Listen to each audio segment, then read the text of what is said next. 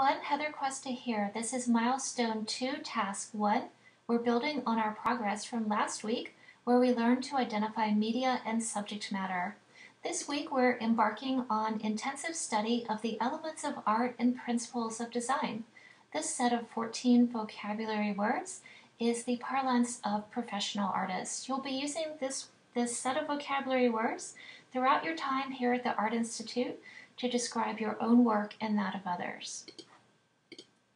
You might think of the elements of art as the actual marks that an artist makes on a surface. Line, color, value, texture, shape, form, and space.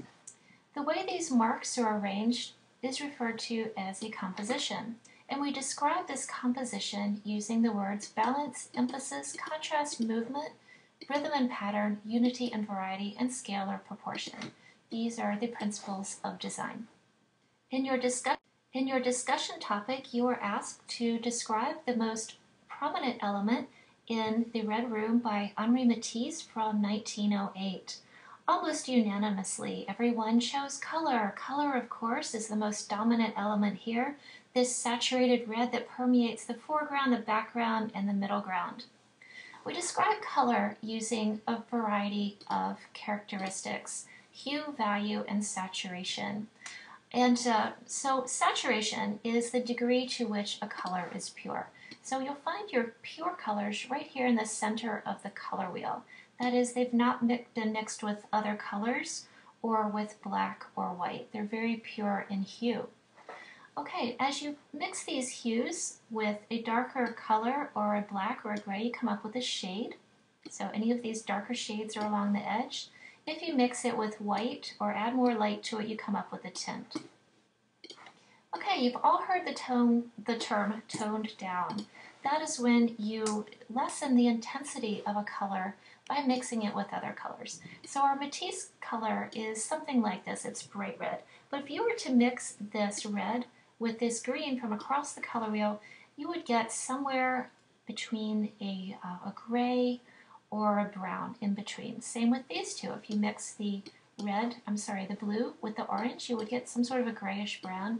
Same here if you mix the yellow with the purple. So many of you took an art class in high school or perhaps college, and you may have had to mix your paints to come up with a color wheel. So that's exactly the theory here.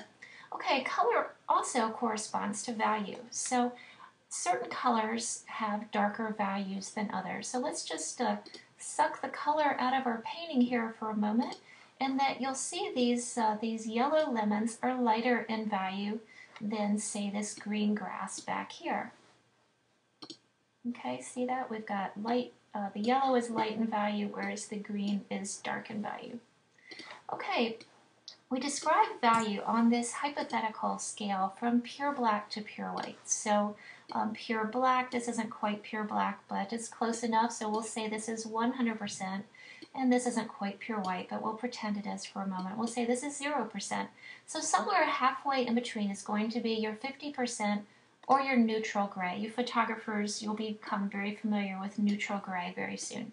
So this this red corresponds to somewhere around this 50% gray. It's perhaps slightly darker, but it's somewhere halfway in between on this theoretical scale from pure black to pure white. Okay, so the elements affect the principles. So because this red is distributed so thoroughly throughout this painting, Matisse has created a sense of unity.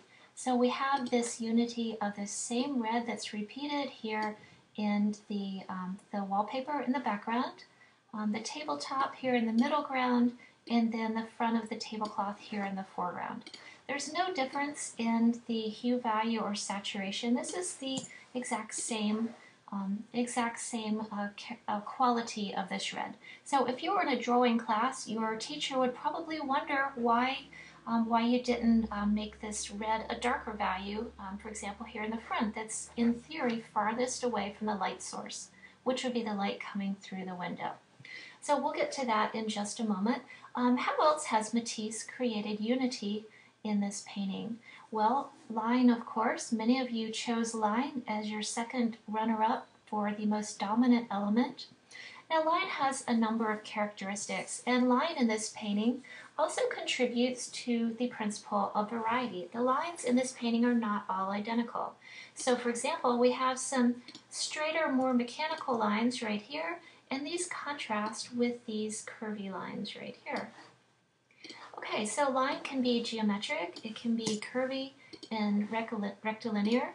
Line can be very frenzied, line can be very controlled. So line has a definite personality. Line can also be implied.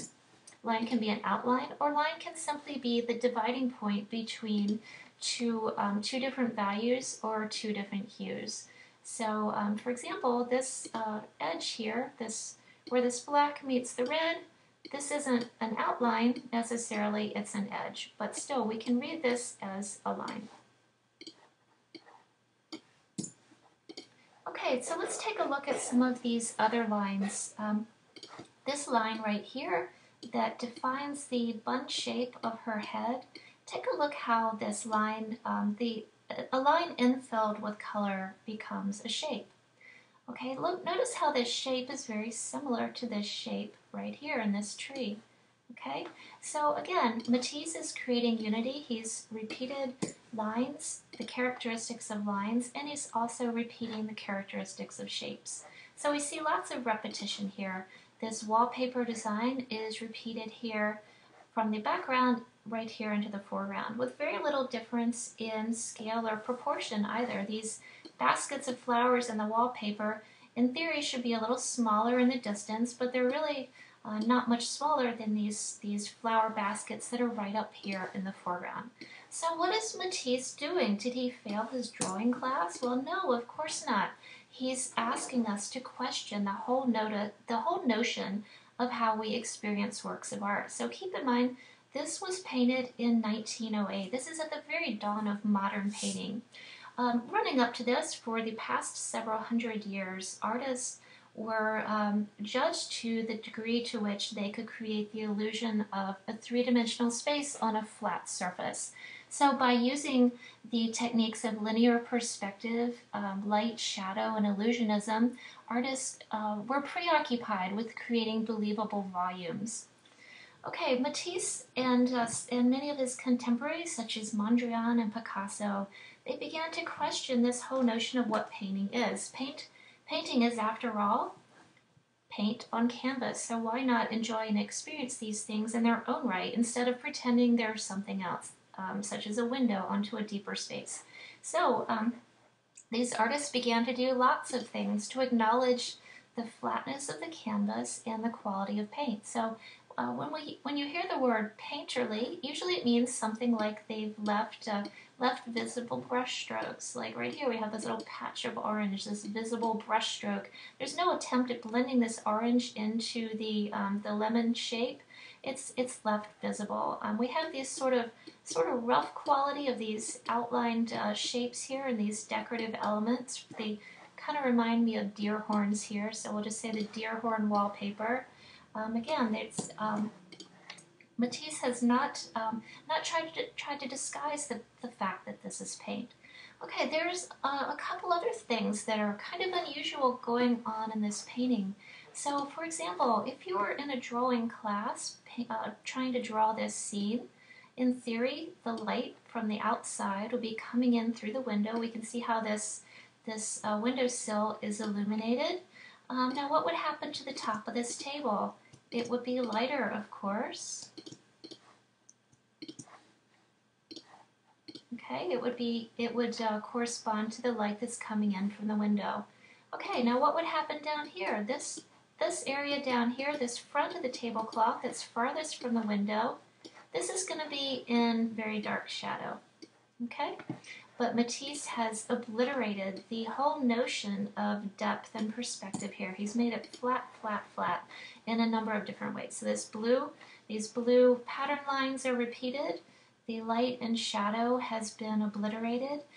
Even the outline of the table, the edge of the table here, it's implied.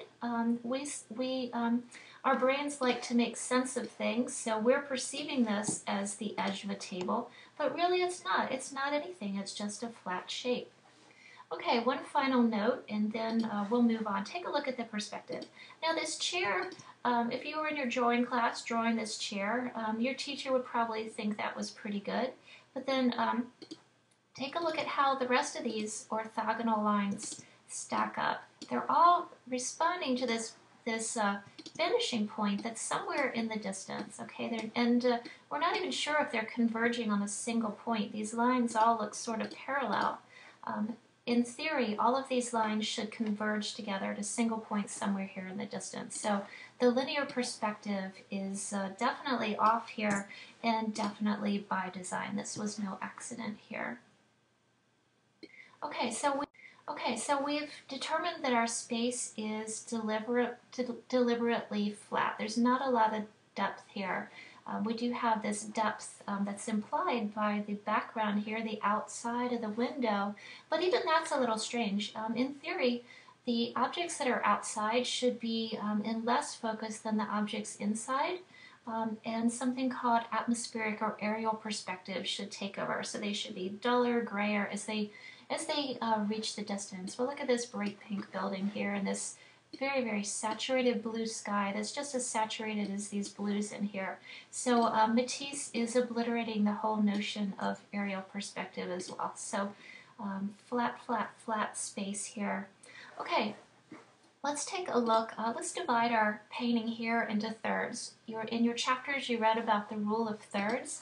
Take a look how Matisse has used the yellow to divide this space into thirds. So we've got these little lemon yellow flowers outside, these flowers here, which are probably one and the same. And then we have these lemons here that create this lower edge between this this 1/3, this central strip here, where the main elements, the main activity, and the area of emphasis takes place. Okay, so the rule of thirds is a common way of dividing a space. In fact, when you open Photoshop, your grid in Photoshop is automatically set up in thirds. That's because it's just so common to put the area of emphasis, say the eyes, for example, of a portrait, along one of these lines that falls along a third. Okay, you also read about your Fibonacci spiral in your readings. Now, this doesn't completely follow the Fibonacci spiral, but there's some very interesting things that happen here. So, for example, notice how this edge of the window is falling along right here, okay? And this edge is falling along right here in this portion of the spiral.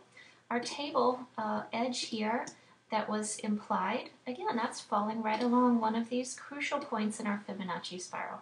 Okay, so what is the Fibonacci spiral? The Fibonacci spiral is a mathematical ratio that occurs all over nature. It's a ratio of 1 to 1.618. It's a number that's referred to as phi.